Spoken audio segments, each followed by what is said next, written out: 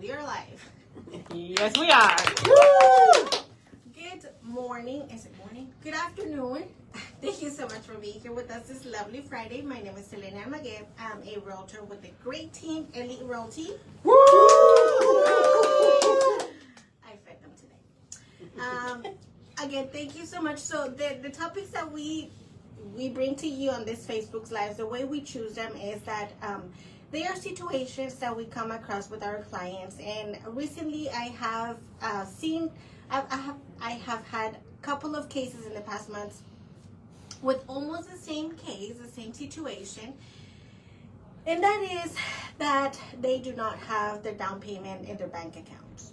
So we are under contract. Everything is going perfectly fine. Everything that the lender has been asking for, they're being giving, and everything is running smooth. But when the closing date gets close, is when the issue begins. What is the problem here? The thing is that they have the down payment money. They have it with them. That's not the issue because they have it. But it's not in the bank account. They have it at their home. They have it under their mattress. And you're going to say, okay, what's the matter, right? I mean, I have the money. Why can I not just take my money to the title company and then say, here are my $20,000 for my closing, for my down payment? Well, it doesn't work like that. Why? Because in a real estate transaction, everything has to be in writing, remember. Everything in writing and everything has to be documented. And the same thing happens with the cash.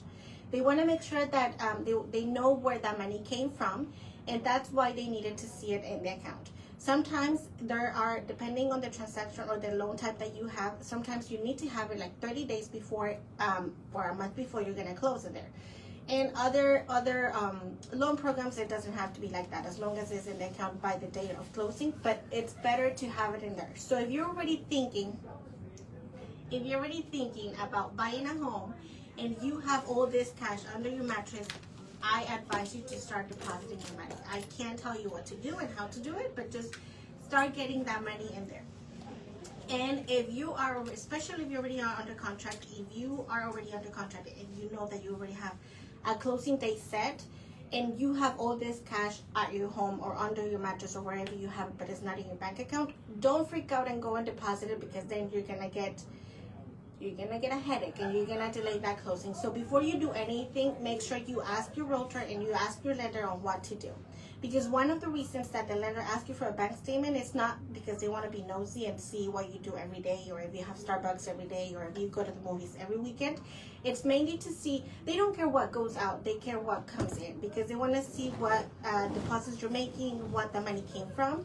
And that's the reason why you always have to be updating those statements. That's another thing that a lot of clients say, okay, whenever they get asked for a request for another bank statement, they say, but I just gave you one. Yeah, you gave one, but that's already old. Let's say you got it qualified in August, right? You gave July and June bank statements, so now you're going to close in October. They're going to ask you for September's bank statement. The reason is because they want to see what's coming in. They want to see that the down payment money is already in the account, and if you don't have it, how you're going to get it. They want to make sure that, this is another important thing for you to know. If you're under contract, don't make large deposits, especially if it's in cash, because they're going to ask you to document every single thing. So if you know that you're going to make a deposit with cash, make sure you know that you have the documentation to back it up. If you sold a car to get for the down payment, that's okay. Make sure you have an invoice, you have a bill of sale and everything along with that deposit. So by the time the lender asks you for that bank statement, and then they ask you to document it, you have everything and it's ready to go. Just don't have the cash in your mattress, please. Do we have questions about this?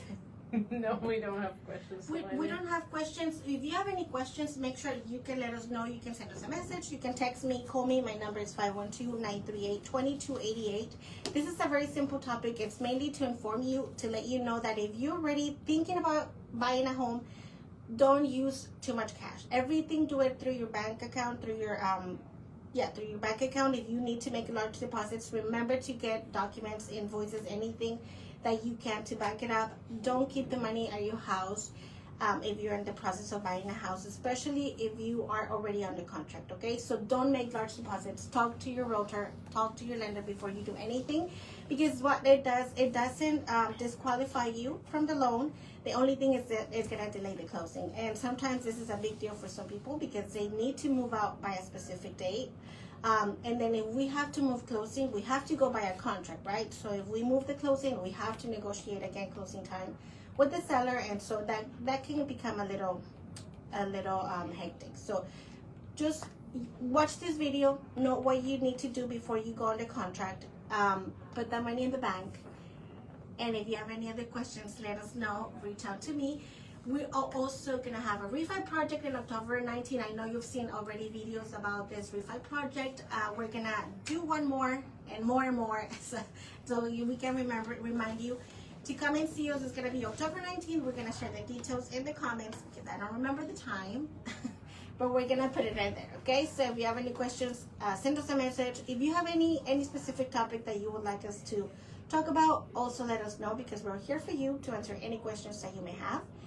It's always nice to be with you. And remember that everyone can own a little piece of Texas. We just need the right plan to do it. See you next time. Thank you.